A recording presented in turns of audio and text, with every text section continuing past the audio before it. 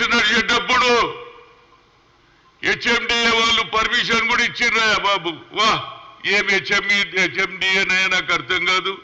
కోర్టుల కేసు ఉంటే ఎట్లు ఇచ్చిర్రు?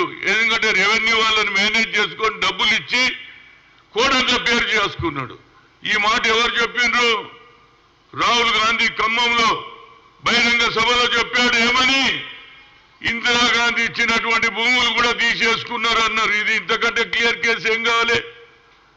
ఇవాళ నేను చూసిన మా శ్రీనివాస్ రెడ్డి గారు రెవెన్యూ మినిస్టర్ మొదటి రోజే ఆయన ప్రభుత్వంలో వచ్చిన తెల్లారే ఇంత పెద్ద బుక్ ఇచ్చిన ఆయనకిచ్చిన రేవంత్ రెడ్డి గారికి ఇచ్చిన. ఆ తర్వాత ఇది జరిగినాక హెచ్ఎండిఏ ఆఫీస్కు నేను కోదండ రెడ్డి శ్రీనివాస్ అనే వాళ్ళ మనవాడు మేము పోయినాము.